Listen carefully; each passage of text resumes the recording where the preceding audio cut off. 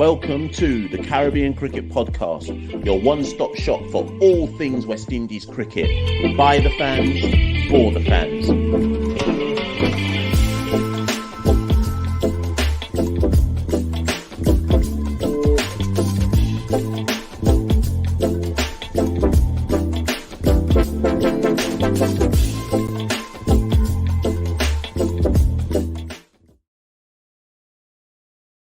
Ladies and gentlemen, welcome to another episode of the Caribbean Cricket Podcast. I'm your co-host, Mashal St. Patrick Hewitt, and you know who's with me. Yes, and Turkey here and Mash. Bangladesh are coming an all-format tour. But you know what? I feel like this is a win-win for us, Mash, because last time when Bangladesh played, everyone on this podcast based in the UK was up 4 a.m., bleary-eyed, struggling to find a stream, whereas this time, it's more friendly. It's on BT Sport and it starts at 3 p.m., finish about 10, 11 p.m. So for our mental and physical well-being, I feel like it's already a win for everyone on this pod. But we've got two special guests, the only two Bengalis in the country who are brave enough to front up and come on the podcast. One of them will be familiar to you guys, Tawhid. Tawhid, how are you doing, man? Yeah, I'm good. Good to see you both, Mashal, Santoki, and Rashan as well. Yeah, looking forward to this. I was saying the other day, it feels like a real meeting of minds, this podcast, and you know we could well break the internet with this podcast. So yeah, looking forward to it. And on the other side, making his debut on the Caribbean Cricket Podcast, long overdue, Rashan, host of the Bangla Cricket Podcast. How are you doing, man? Really well, really pleased to be here. This is a super podcast. You know, when they say the term super podcast, this is what they meant. This is it. I'm looking forward to this. Love it. So, Rashan, this is your first time on the pod. Do you want to explain to sort of all the viewers your history of Bangladesh cricket? How did it start? How long you've been following it? And sort of what's the Bangla Cricket Pod? Kind of what are you doing with it at the moment? Yeah, I mean, I started following Bangladesh cricket just before the 99 World Cup when one of my uncles told me that Bangladesh had a cricket team and they were playing a friendly in Gants Hill. Now, to this day, I can't find any record of this match that happened in Gants Hill, and I frequent Gants Hill a lot. It's the go-to date spot for a young Asian in London, but this cricket match allegedly happened prior to the 99 World Cup. And I think it's because cricket for me became a leveler between generations. You know, the kind of Bangladeshi kind of culture is very formal between me then as a teenager, uncles, grandparents, aunties and mums and stuff like that.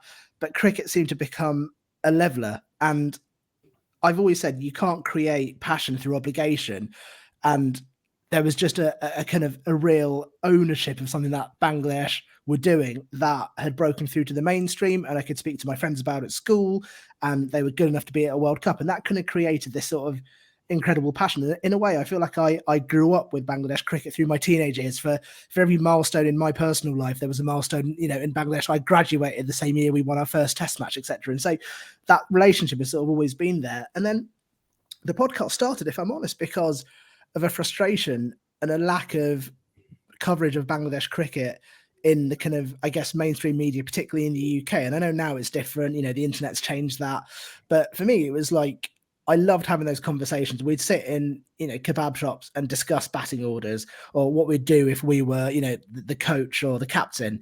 And it was obvious that there was this community there that wanted to speak about cricket. And I was like, well, I have the kind of basic skills to do audio editing. So maybe there's something in that. And also just for me, I think like cricket now, particularly with Bangladesh cricket, you have a massive spectrum of fans. You have, you know, the kind of diehard cricket fans who know everything about Bangladesh cricket, watch every game, to the kind of casual fans who, you know, there's a young generation of Bangladeshis who connect to their heritage and culture entirely through sport. And so there's this big spectrum. And I kind of wanted to go, well, what can I do that kind of involves all of them? And so that's where the kind of the Bangla Cricket Podcast was sort of born from, the idea of sort of just being a kind of open space for entry-level fans or diehard Bangladesh cricket fans alike, and just somewhere we could kind of get together and have that community and talk about cricket in a kind of very open, welcoming, kind of non-intimidating way. And that's where it was born from. Most definitely. And it's, I'm super excited to have you on. We're definitely gonna chew the fat over this. Tawhid, of course, I feel like you're a long time guest. when it comes to the Caribbean Cricket Podcast. And we've actually done this before, you know, minus Rashan. We've actually done this before in terms of looking at Bangladesh West Indies tours. And gents, I'm going to put this question to both of you first things first. Would it be fair of me to say that, granted, the current World Test Championship does not reflect this, and West Indies are actually in the heady heights of sixth as we record this, but would it be fair to say that this is usually the wooden spoon fixture of the World Cricket calendar? Yeah, I mean, I'm happy to jump in and go first. Yeah, I mean, yeah, traditionally, I guess, you know, certainly over the last few years, both teams have kind of languished towards the bottom of the Test rankings, or indeed, you know, the World Test Championship.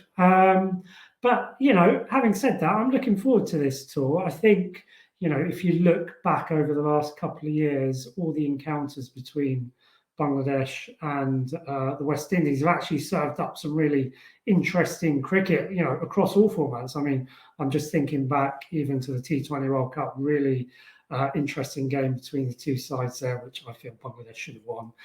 West Indies won by about three or four runs in the end, didn't they?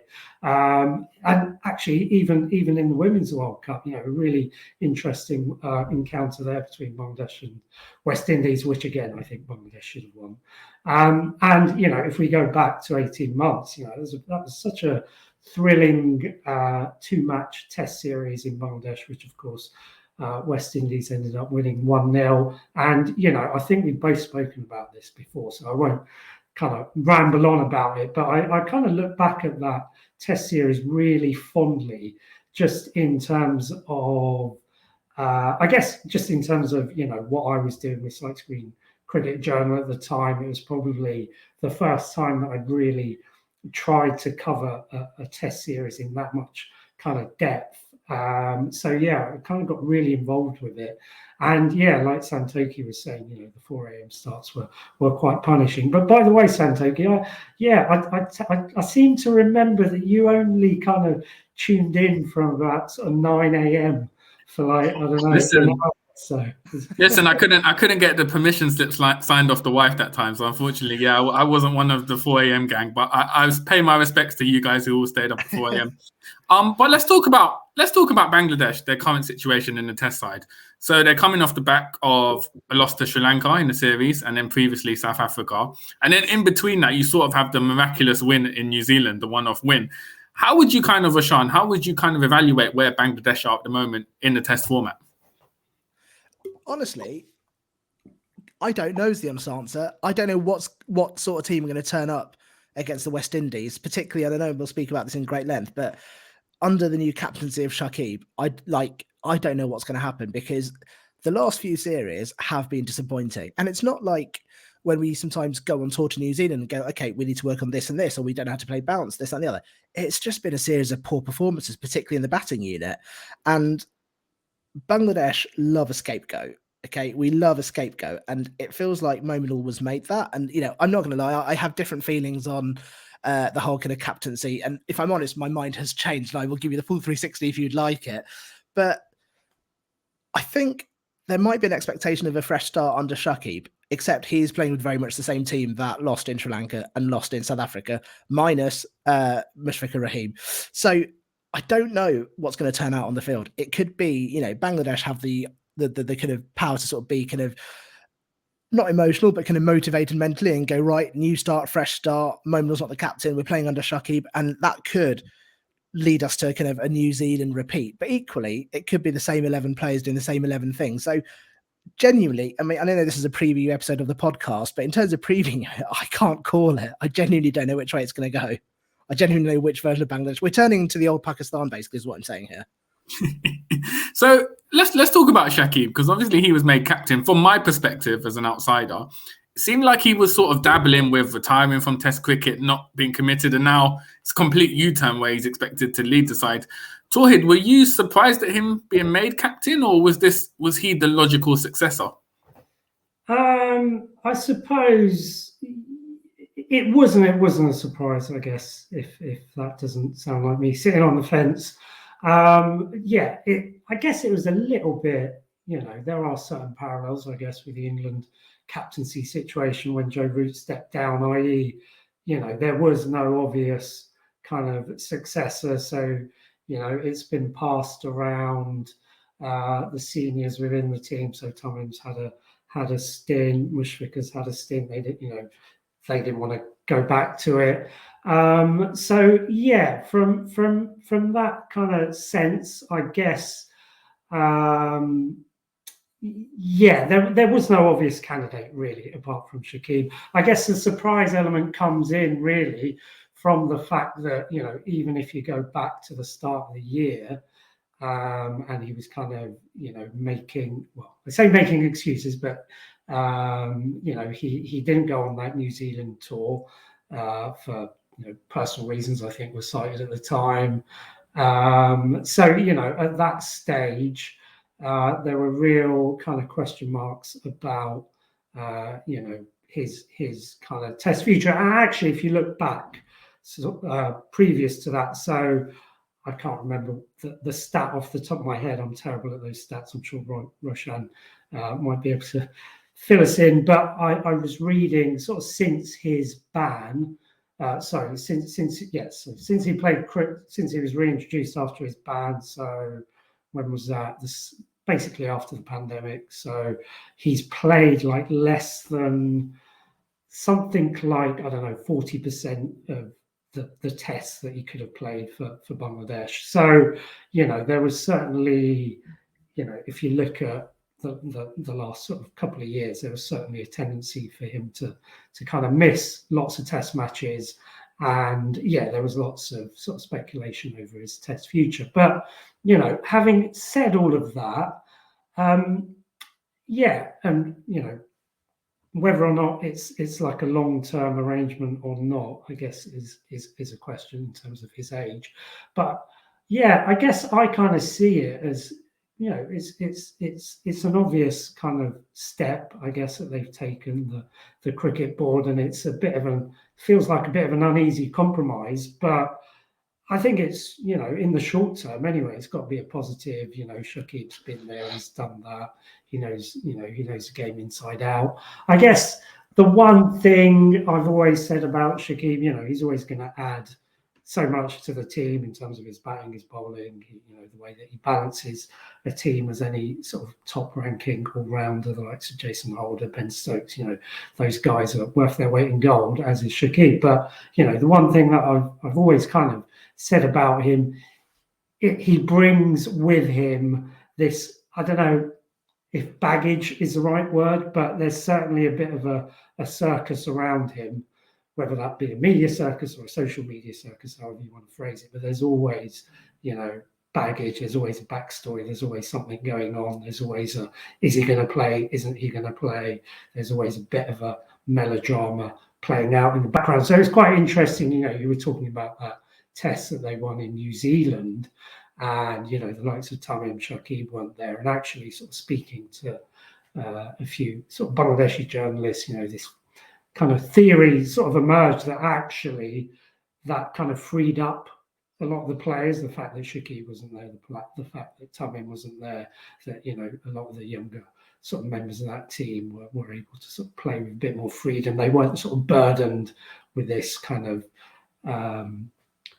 sort of melodrama circus going on in the background. So I don't know if I've answered your question, but that's my view. Yeah, I mean, like I think you nailed it on the head there, where I don't think we're sitting on the fence by being sort of surprised by it, but also going, okay, look, Momin ul Haq was an unexpected captain. He was brought in when Shakib got that ban. And at the time they went, well, who have we got? Tamim doesn't really want it. Mushfiq doesn't really want it. And Momin ul Haq at the time was probably our most consistent performer. He looks like a kind of a steady guy to take the role. So what he had was the performances, but he's not a kind of charismatic commanding. He's very softly spoken. He's very kind of like his demeanor, his body language is very kind of polite and very quiet. And as soon as the performance element of it went, he became a very easy scapegoat. And I'm not going to lie, sometimes it feels like social media picks our starting 11 at times. And the calls for Momin ul's resignation or for him to be removed from captain sort of got louder and louder. It maybe took a bit of a break during the New Zealand win, during the South Africa loss, Mushfiqur Rahim started to become the scapegoat because he played one bad shot, basically. And then it really sort of started to get louder and louder. And I've spoken to Tawhid about this, but I didn't want him to go because I thought it felt like the start of the new generation of Bangladesh playing under him. Because if you're Momin ul Haq and in Bangladeshi culture, in the cricket culture, you're having to command players who are far more experienced than you, far more older than you. That's a tough task to do. You're going to tell Shakib, go and bat at number 5 today. It's hard for Momin to do. And so I thought with the younger lineup that we kind of have seen since the New Zealand team, with, the kind of Nazmul Hussain Shantos, Mahmoud Hassan Joys, I thought he could be the right guy. Where I think there's credit due is how the board handled it. I was actually quite impressed to see one press release saying he has asked to step down as captain, and then a few days later, one announcing the new captain. Because normally, and Tal, you'll back me up here, it is a quote from the BCB. It's a quote in the press. Shakib said something, Tommy said something, etc., etc., etc. And so when they did it, and they did it quite cleanly this time. So when they announced Momin had asked not to be the Test captain, my initial reaction was one of a bit of sadness, because I think in Bangladesh cricket, we sometimes waste good talent. We know Momin ul Haq is a quality player, and we know the pressure of captaincy is weighed down in his head. And I sometimes wonder, should we have spent a bit more time working on his kind of mental health and with his sort of psychology, and going, let's build him back up to be the kind of player he needs to be? And is sacking him just going to like sort of turn him into a bit of a Mushfiqur character? We knew Mushfiqur took a long time after losing the captaincy to come back to become the player he is now. It happened, and then the question of who is going to become captain. Tamim doesn't really want it. His name was in the hat. Mushfiq didn't want it. And the other players who were kind of in contention of being future captains too soon, like Liton Das was chucked in the ring, but he's just finding the form of his life. Nazmul Shanto touted as a future captain, but his performance has been up and down. So there was no real kind of guarantee that he's even going to be in the 11, let alone be captain. And so what I think they've done now is a compromise. Shakib as captain, Liton Das as vice captain. I feel like this is going to be a bit on-the-job training role for Liton Das, and I would not be surprised in a year, 18 months, 2 years, we see Shakib retiring from the format and Liton taking over. In terms of Shakib being captain, like, I'm not going to lie to you, I think 2 months ago the guy wanted to retire from Test cricket. I think there's a weird thing where he wants to retire, but he can't be seen to want to retire. He sort of just needs to stop playing one day. And I think what will have happened here is, like anyone in any job, we look for a purpose or a motivation or what's going to get us up to go and do the job the next day. I wonder whether the idea of captaincy now and nurturing Liton into that future role is what's going to give Shakib the motivation to come and turn up and play 5 days cricket. Because 2 months ago, if you asked me the same question, I would tell you the man wants to retire, but something's going on that is making him not. So there's talk that they wanted him for 3 years. He'd be 38 in 3 years. I can't see that happening. What I think will happen is Shakib now, in his head, has a mentoring role for Liton Das. We saw Liton captaining the Warner-up game. That wasn't a surprise to me. I think in about a year from now, maybe 18 months, Liton Das takes over, and this is a very, very temporary move from the BCB. So, Mash, basically what I took from that as West Indies fans are, these men are saying it's all a shambles at the moment in Bangladesh. prepare for the 2-0 against the mighty West Indies. but listen, Santoki, I was listening intently to all of this, and actually, before we move on, I actually want to put this question back to the two of you. If Shakib did, and actually, Santoki, before they answer, I want to see if you agree with me. If Shakib did what he's been doing, and he was West Indian, he'd be getting cussed out from everyone. Because Shakib, essentially, as far as I can see, is the equivalent of in terms of status, a Pollard, a Gale, a Bravo, a Dre Russ in the context of Bangladesh cricket. If he was umming and ahhing and he was West Indian, umming and ahhing about whether he's going to play Test cricket, drop out one day, take captaincy the next day, get banned, come back. So listen, the uncles would be all over this guy saying, how dare he think he's bigger than West Indies cricket and so on and so forth. So I just want to put it back to you two. Is there ever any sense that anyone actually cusses Shakib out, or is he legitimately bigger than Bangladesh cricket? Is he a pop star in Bangladesh cricket? Can he basically do what he wants? This is an interesting question. I want to see what he says. Yeah, it's an interesting one. I mean, to answer it maybe in two parts, yes, I would say he's a hugely divisive figure, even within Bangladesh. He's yeah, he's got a legion, an army of fans and followers who absolutely worship him, and will rightly sort of point to all his achievements. But he's a divisive figure because of those sort of reasons that I was talking about before, because of the the baggage, the off-field stuff that sort of that comes with him, if you like, with his performance. And in terms of if he is bigger than Bangladesh cricket or not, so I guess the real, I don't know if it's like the biggest power struggle, but certainly like the biggest power struggle I can think of within Bangladesh cricket is between the BCB president, whose name is Papon, well, that's his nickname anyway, between him and Shakib. So that basically the BCB president kind of sees himself as, the supremo who's kind of, running the show. So yeah, there's a real sort of tussle, I would say, between those two in terms of, is Shakib going to get his way in terms of, being able to pick and choose the games he wants to play, pick and choose the formats he wants to play. And, I think actually, rightly, the BCB have at times kind of dug their heels in. And, it's not a tension that is exclusive to Bangladesh by any means. I think every single, major cricket playing nation is having these kind of tensions and discussions between the board and players, players trying to dictate which games to kind of pick and choose that they play in. So yes, he certainly gets his fair share of flack. And yeah, if you're the BCB president, then no, certainly you wouldn't say that he was bigger than Bangladesh cricket.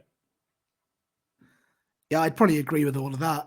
I always think of Shakib as like when my dad used to ask me if I want to visit my uncle's house, I'd never say, look, I just don't want to go there anymore. I'd come up with a different excuse each time. And I think that is Shakib in Test cricket.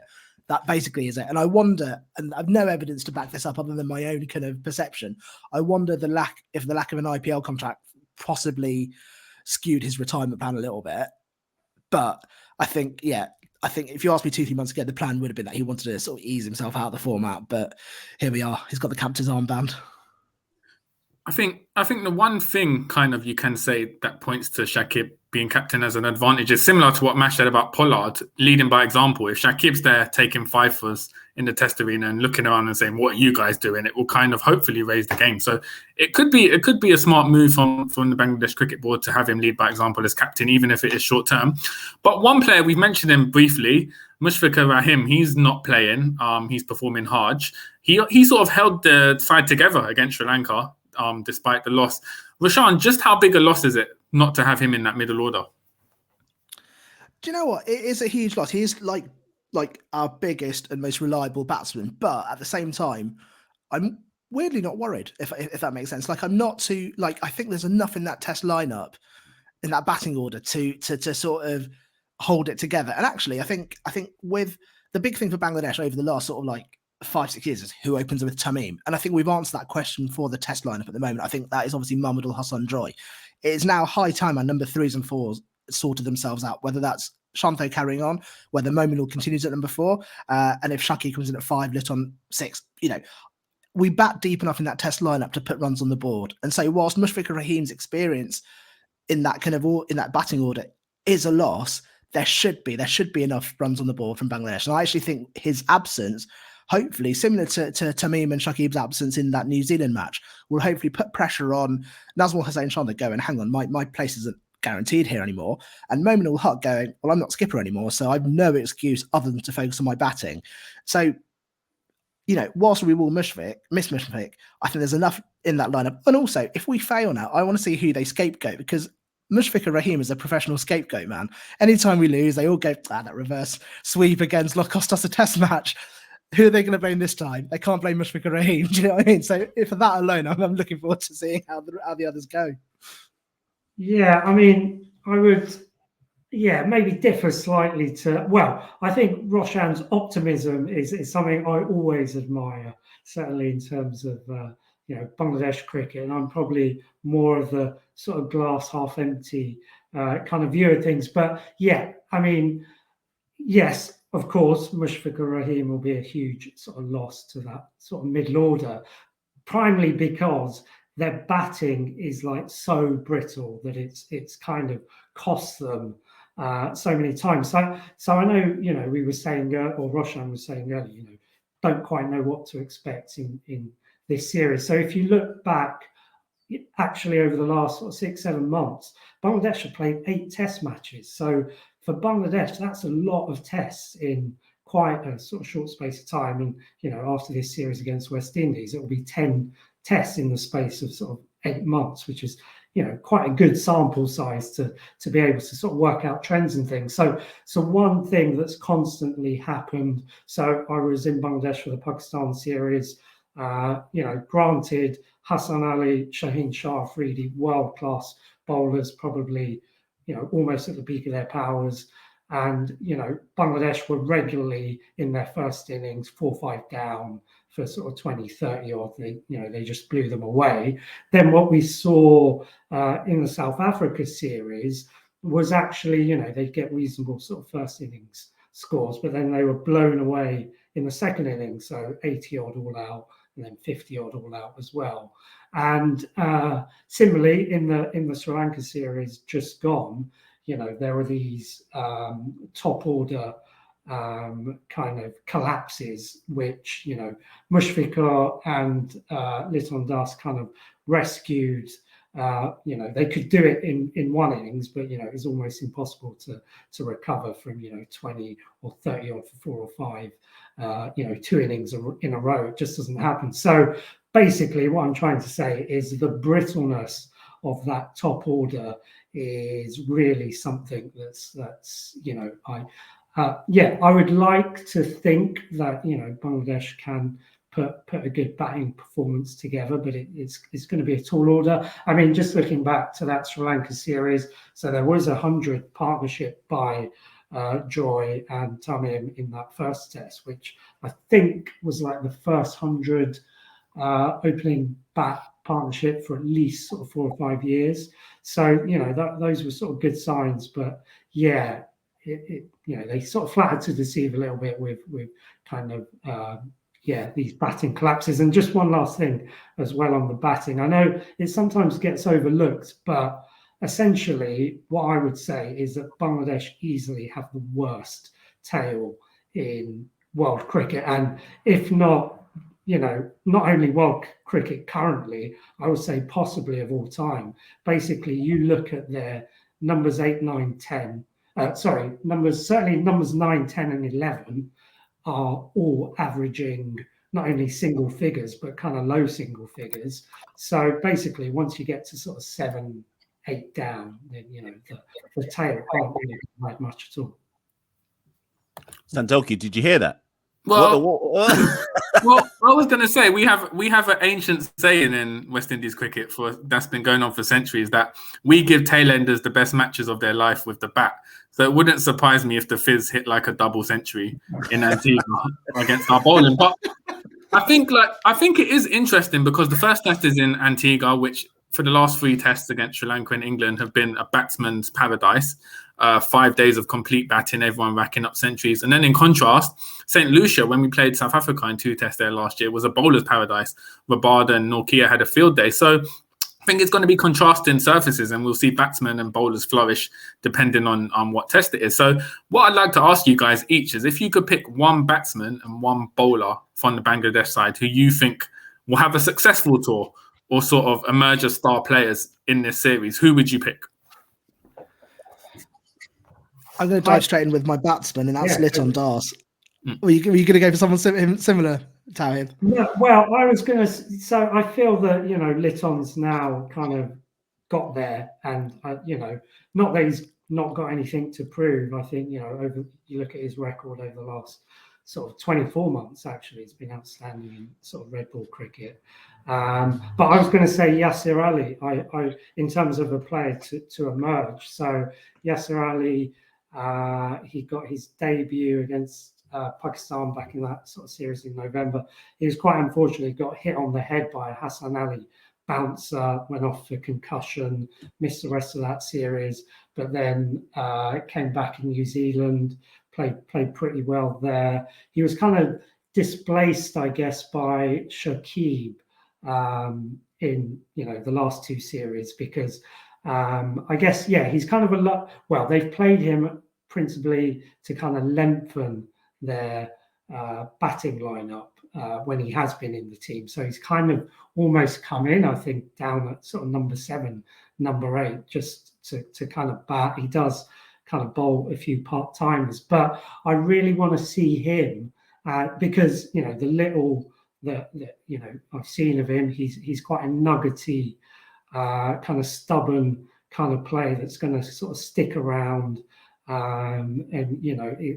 Exactly, I feel the kind of batsman the Bangladesh need in their middle order. Yeah, for me it is Litton, and he feels like he's arrived now. And now when I'm watching him, I feel like I'm watching our future Test captain, and that weirdly for me has twigged a slight difference. And he is a guy who, for a long time, took his fair share of slack. He had his fair share of poor performances. It was for a long time a kind of battle between him and Shumal Shaka of who would open with Tamim. But I think he has suddenly just accelerated into this role. He keeps wicket, he scores runs. He had a fantastic series against Sri Lanka with a century, and I think there was a score in the 80s as well. I'm particularly excited about him in this series. The other guy I'm really excited to see is Mushfiqur Rahman playing a Test match, which feels like a bit of a rarity. For me, if he's in the squad, he has to play. And I don't know how you'll feel about Tawhid. I genuinely think if he's in the squad, he has to play. He's not a particularly good Test cricketer. And actually, of late, he's not been a particularly good one-day bowler. He was wicketless, I think, in the South Africa series, if I'm not mistaken. I did maybe double-check that.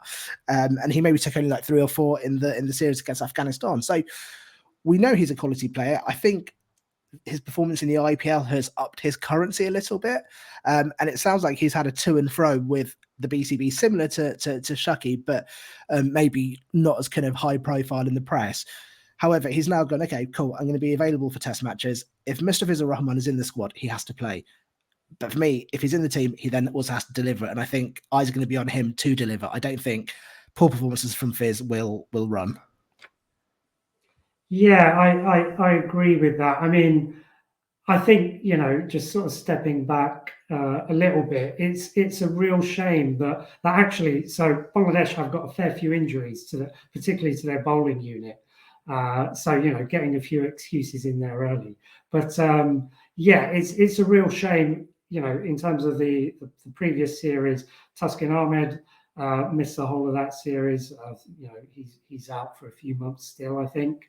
Shoraful got injured in that Sri Lanka series, so he's out. So both of those would, be probably your opening bowlers, basically. And Taskin certainly the, leading the Bangladesh pace attack. Also, Mehdi Miraz Hassan has got a long-term injury as well. So he's probably your kind of, you could say leading, sort of most threatening, shall we say, spinner in terms of wicket taking. So he's missing as well. So you've got some real key individuals who are missing. So yeah, absolutely, the Fizz needs to kind of stand up and be counted. But I just think, I think I'm not expecting too much from him personally because, he's not played, forget about the Test match. I don't think he's played with a red ball.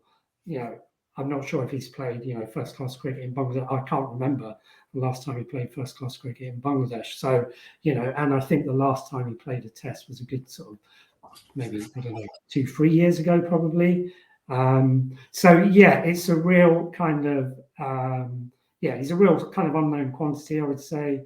Like, Rashan's been saying, his stock and trade is bowling, sort of 4 overs at a time, 24 balls in the space of 3 or 4 hours. So that is quite different to bowling 10, 12, maybe 15 overs in a day in the Caribbean. So a real challenge for him.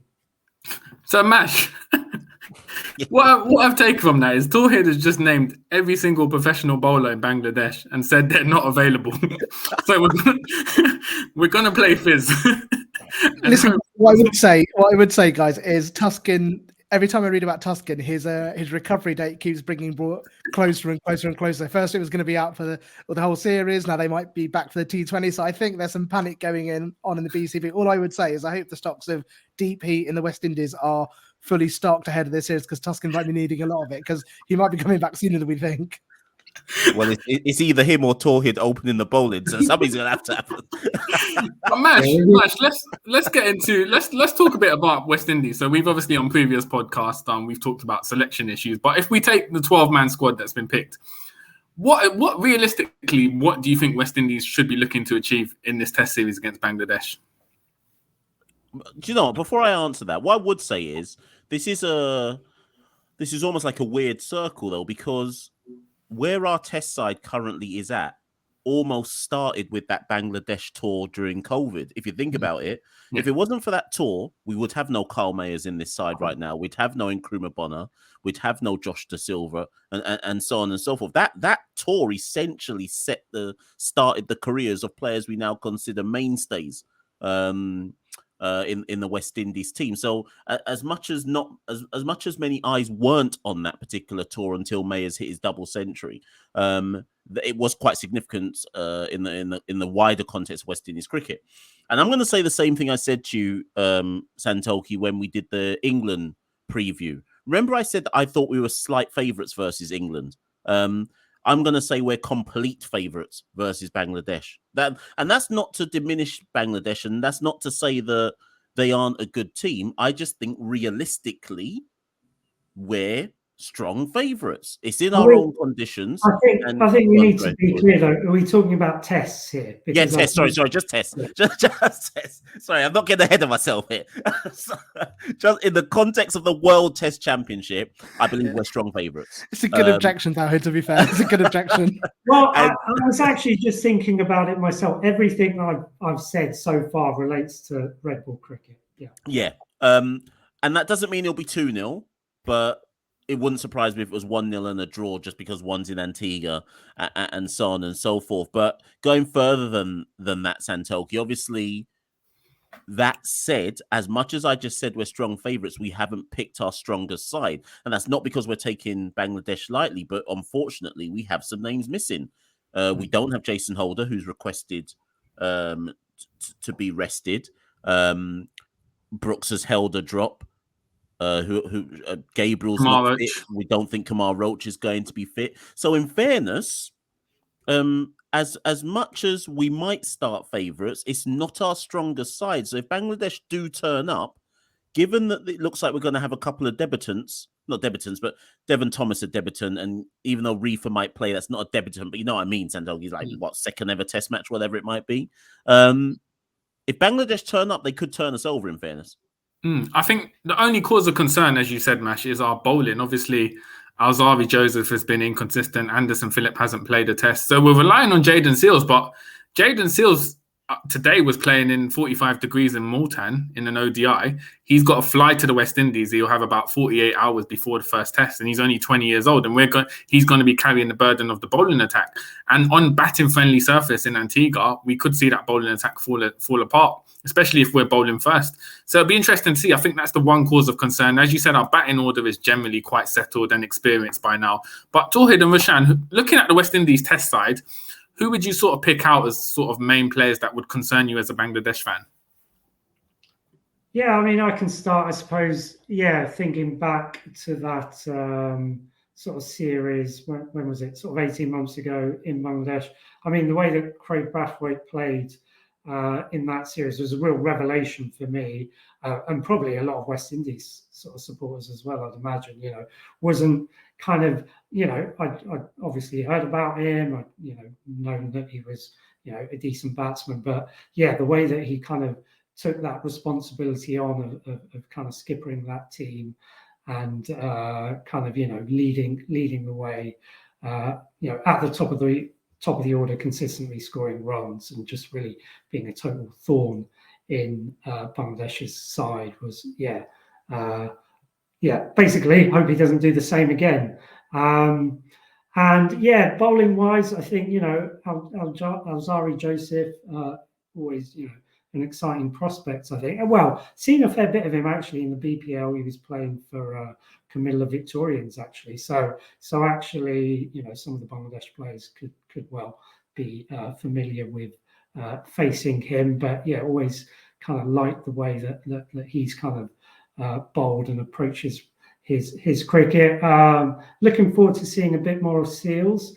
Obviously, sort of saw him a little bit during that England tour, but good to see how he's developed. But just before Roshan answers, just a quick question, I guess, to you, Mashal and Santoki, in terms of, I don't know, a couple of players that might have kind of, I don't know if they've fallen off the radar, but don't sort of tend to hear much about. Rakeem Cornwall, Shannon Gabriel. Are those guys kind of still knocking around? In terms of Rakeem, he was just the top wicket taker in our just completed Red Bull season, and he can't get in the squad, can't get in the President's 11 either. So that's caused a bit of consternation in the Caribbean because no one has quite worked. Remember, this guy took 14 wickets in Bangladesh less than a year and a half ago, and all of a sudden now he can't even get in the President's 11 to play the Bangladesh side in the warm-up game. So a lot of consternation about that. And question marks about, what does he have to do to get back into the squad? If you can't get in as the top wicket taker in the region, what do you have to do? I presume he has to lose some weight because I don't know what else he's supposed to do. And Shannon, I'll let you answer that, Santoki, but basically it's a fitness issue. Yeah, Shannon was injured. Obviously, he missed the England series. He came back for Trinidad in the regional season, but went wicketless. I don't think he took a single wicket, so he couldn't really justify a place. 34 years old, though, and with obviously the likes of Alzari Joseph coming into the side, it'd be interesting to see if he does kind of get back into that West Indies side. But at the moment, it's pretty much down to fitness and lack of form. But Rashan, kind of looking at the West Indies side, before we move on to the white ball series, in that test side, who do you pick out as sort of a main area of concern? Joe, I completely agree with Tawhid, actually. Yeah, Craig Braithwaite put us to the sword the last time Bangladesh toured West Indies. I think it was 2018. And actually the first test is at North Sound again, isn't it? So I still have kind of like sad memories of that afternoon, getting ready to watch the cricket and then 43 all out. And then I think Karmeh is like that first test, he absolutely demolished where Bangladesh were in a position of potentially winning. And he must be rubbing his hands going, right, what am I going to do at home ground? So for me, I think those are two that I'm kind of excited about watching, to be honest. Yeah, and let's move on. If we move on to ODIs, we're in a privileged position. Sorry, yeah, go on, Tawhid. One more name from me, Blackwood. Always like watching him. Yeah, Blackwood. I was just saying, in terms of the ODIs, we're sort of in a privileged position because West Indies have played 6 ODIs, 3 against Netherlands and 3 against Pakistan. And Mashel's been the only West Indian journalist in the whole world who's actually seen them play live in these ODIs. So you saw them in Netherlands, Nash. So sort of how would you, let's go to you first, Mash. How would you sort of evaluate West Indies in the ODI format at the moment, having seen them live and being in that privileged position? Correct me if I'm wrong. Didn't Bangladesh beat South Africa in ODIs? So I made that up. No, you're correct. Yeah, that's correct, right? Win. Put it this way, Santoki. Bangladesh are a better ODI side. That's basically what I'm saying. Like Pakistan just turned us over 3-0, right? And that was to be expected. I don't think that shocked. It certainly didn't shock me. Doubt it shocked you, Santoki. All I ever wanted from that Pakistan series was, would we run them close in any games whatsoever? And the first one, arguably, we should have won it. The second and third one were basically revert to the mean. We're not a very good ODI side. We're very much a work in progress. But when I say work in progress, I mean starting from the bottom, work in progress. We were better than the Netherlands, but I'm not even going to say as we should be. We were just better than them. I would rank our ODI team as probably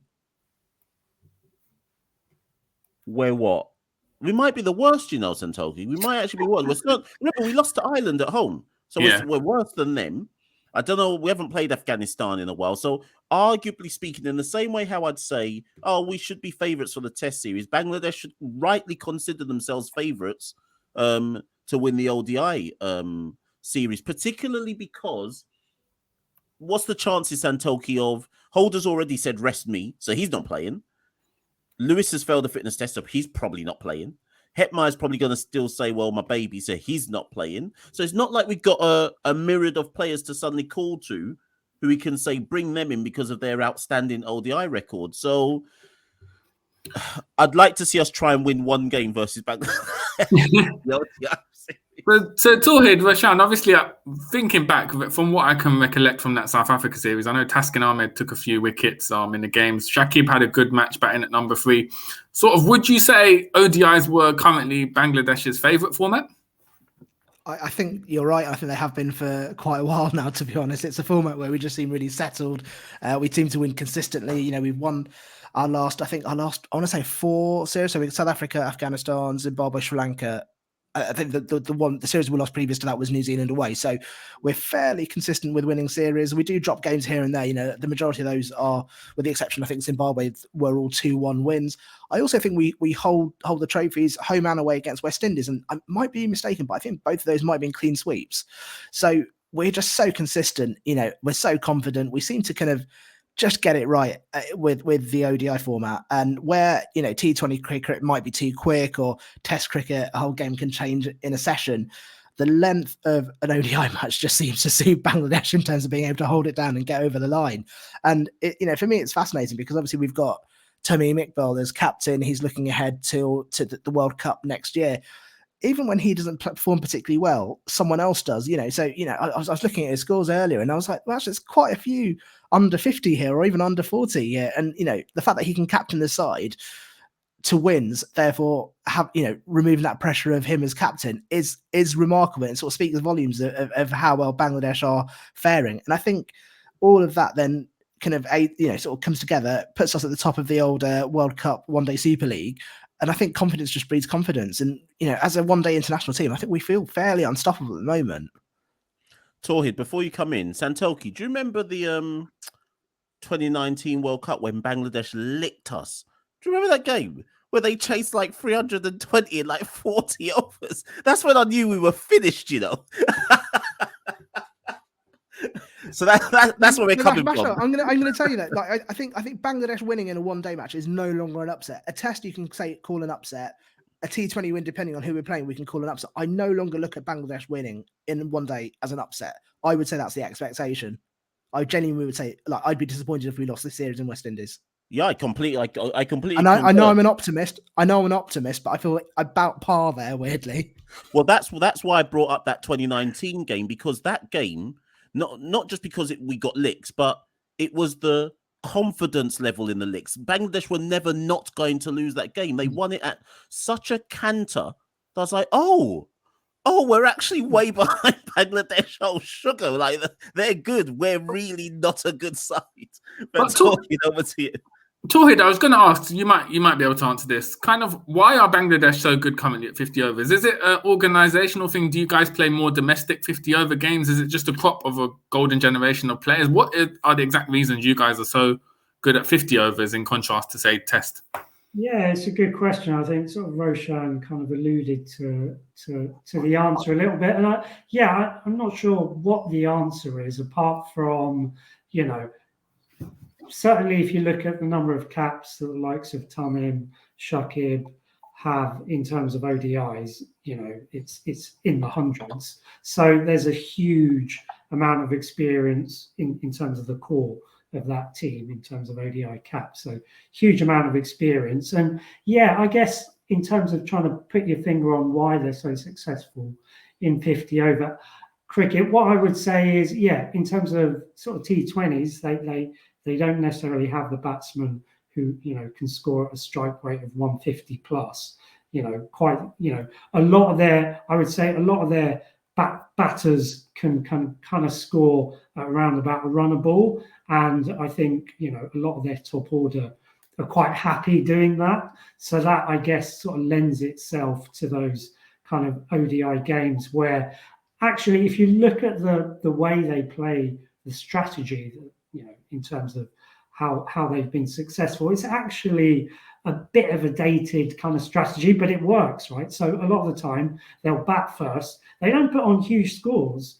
They'll kind of put on an above par 270, 280, and then basically they've got the bowlers certainly through the middle overs who will just strangle the life out of the opposition batters. So that's kind of, you know, a real tried and tested method that they use. And yeah, as Roshan was saying, you know, the league table doesn't lie. So, you know, Bangladesh top of that World Cup Super League. But it is quite interesting because you look at the two tables, they're bottom of the World Test Championship. So, you know, there's clearly a real disparity there. Maybe it's not quite as stark as those kind of tables might suggest, but yes, certainly they're much better at sort of the 50 over format in comparison to any other format.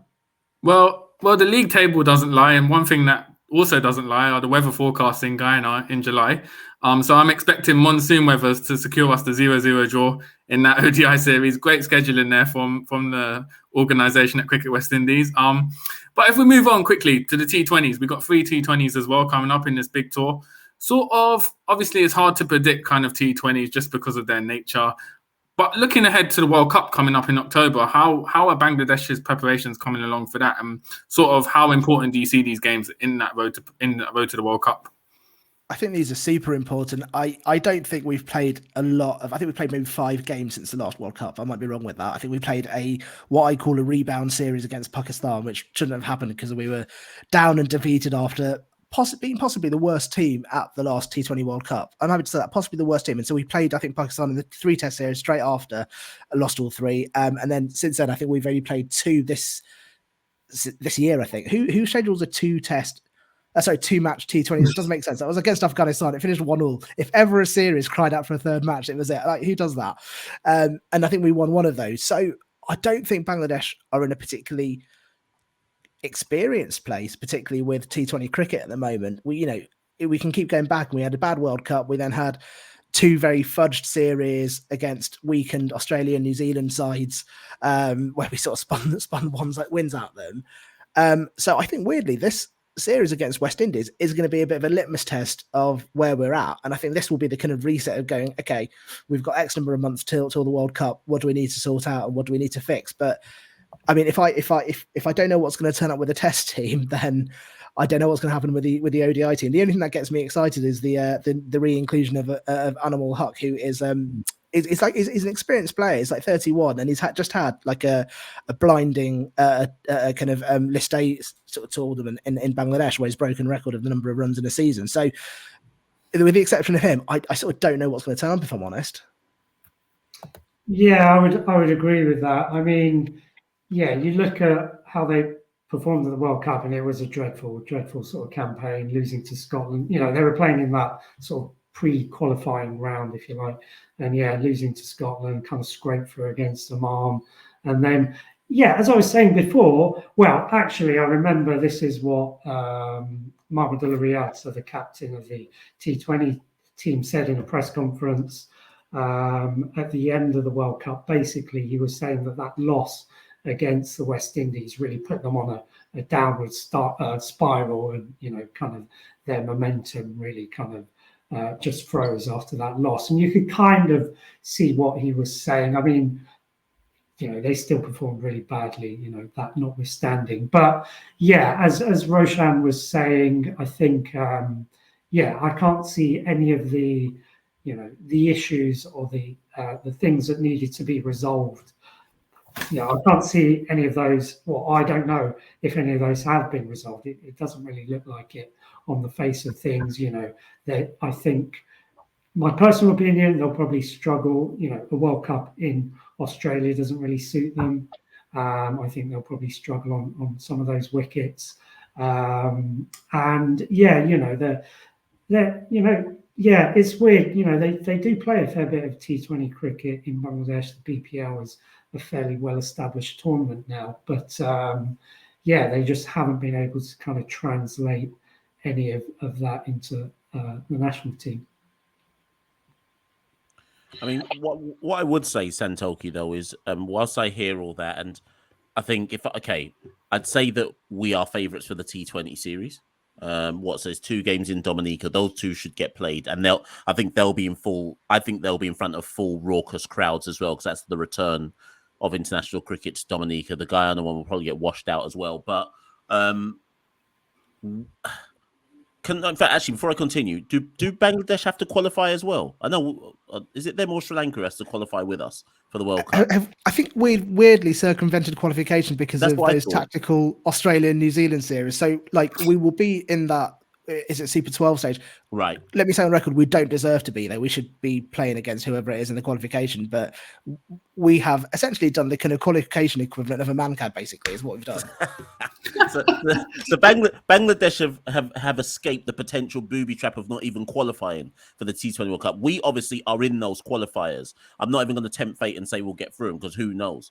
But what I would say, Santokin, I want to see how you what you say about it. We're still not set on our T20 side. We're still in a rebuilding phase. I know we beat England in that kind of thrilling series.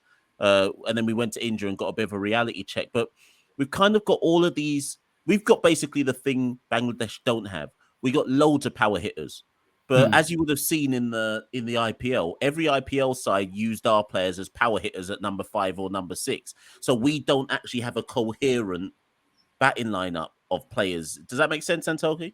Yeah, 100%. I think we're still sort of recovering from losing Gale, Pollard, DJ Bravo, 3 of the greatest of all times in the format in such a short space of time, and trying to find players who can not fill the void, but at least kind of live up to the standards they've set. So I think it'll be good to experiment with sort of who can, as Mashal alluded to, who can be our finisher. Obviously, Rovman Powell's been doing well in the format at the moment.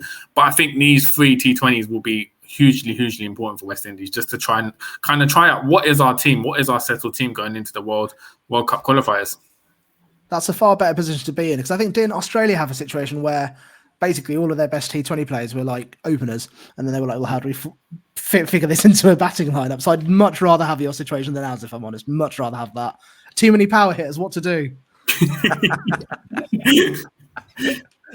Well, I'm sure that only leaves one thing. Everyone's got to kind of put their money where their mouth is. We have to have the predictions, don't we, Santoki? Yeah, 100%. So any volunteers to go first? Listen, I'm ready to go first. I'm I'm ready to put it all out on the line. We have to, and the predictions must be assuming no matches are rained off. Yeah. So it's 3 T20s, 3 ODIs, 2 tests. Right, okay. Test match. Assuming Antigua's a draw, 1-0 West Indies. ODIs, 2-1 Bangladesh. T20s, 2-1 West Indies. That's exactly what I was going to say, Mash. Those are my predictions. Sorry, no, they're not my predictions. I was going to say 2-0 West Indies in the test. Oh, in the test? Yeah. Oh, yeah. That's the only difference for me. I'm going to vary. Sorry, go on. Sure. I'm going to be slightly, I think 2-0 West Indies in the test. I'm going to be optimistic in the one-day series, 3-0 Bangladesh, and then T20s. If we can win one, I'd be very happy. So let's say 2-1 to the West Indies. I would take that. I'm going to say, I don't like predicting draws, but Antigua's got to be a draw, surely. So I'll go 1-0 West Indies, 3-0 ODIs, 3-0 T20s. The poor and 3-0 for who? For us? Yeah, for us, man. Come on, man. Come on, I've got to keep it on brand, man, and keep the positivity up.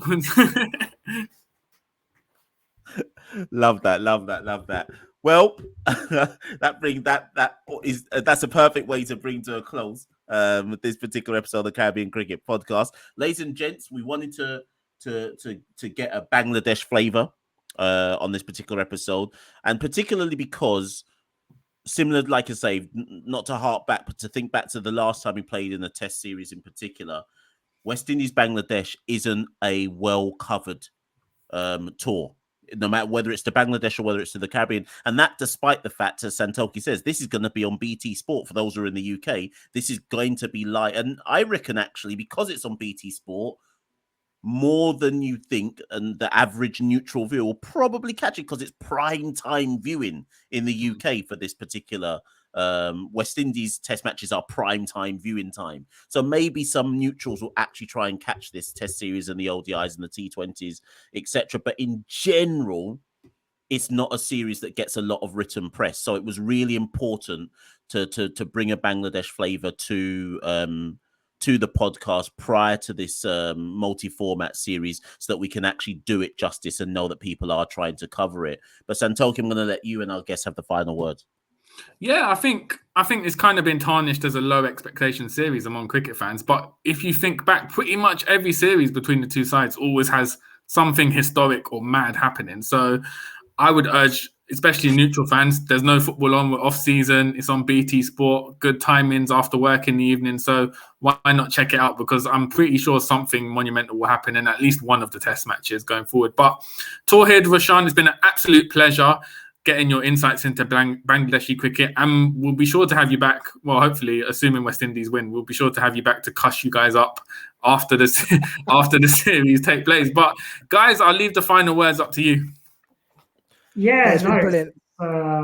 It's been great being on, and kind of agree with what you're saying there, Santoki. I mean, it's quite interesting, isn't it? Certainly in terms of tests, that so often we hear about, Test cricket's dying, isn't it? Sort of terrible. And so often that sort of argument's from the prism or viewed in the prism of the big three. So people who talk about that are only really talking about tests that India, Australia, England are involved in. And actually, when people sort of talk about that, they don't, I feel they don't take notice of the series between the likes of Bangladesh and West Indies. So hopefully, like you say, this is on prime time. So there'll be lots of eyes on it. Yeah, I'm not going to lie. The fact that we can watch this West Indies series is a treat. The hardest thing as a Bangladesh fan to do is find a series. And I'm going to be honest with you, man. It's not nice when your dad's there watching with you and you're on a dodgy website and there are some pop-ups that no one wants to see in a family-friendly environment. It's not the one, okay? So the fact that an actual mainstream sports broadcaster owns the rights to the West Indies home series is a luxury. And the fact it'll be on in the afternoon is brilliant. And I hope a lot of people get to see it. Fantastic. Ladies and gents, let us know in the comments, obviously, whether if you're watching this on visuals on YouTube, let us know in the comments. If you're listening to this on a podcast, get in touch with us via Twitter, Instagram, whatever it might be. Throw your questions. If you want us to bring Tawhid and Rashan back on during the test series, during the ODI series, during the T20 series, hit us up and we'll sort it out. But ladies and gents, that's been another fantastic episode of the Caribbean Cricket Podcast. Thank you. And good night. We rule the cricket world. Now the rules seem coming. Welcome to the Caribbean Cricket Podcast, your one-stop shop for all things West Indies cricket. By the fans, for the fans.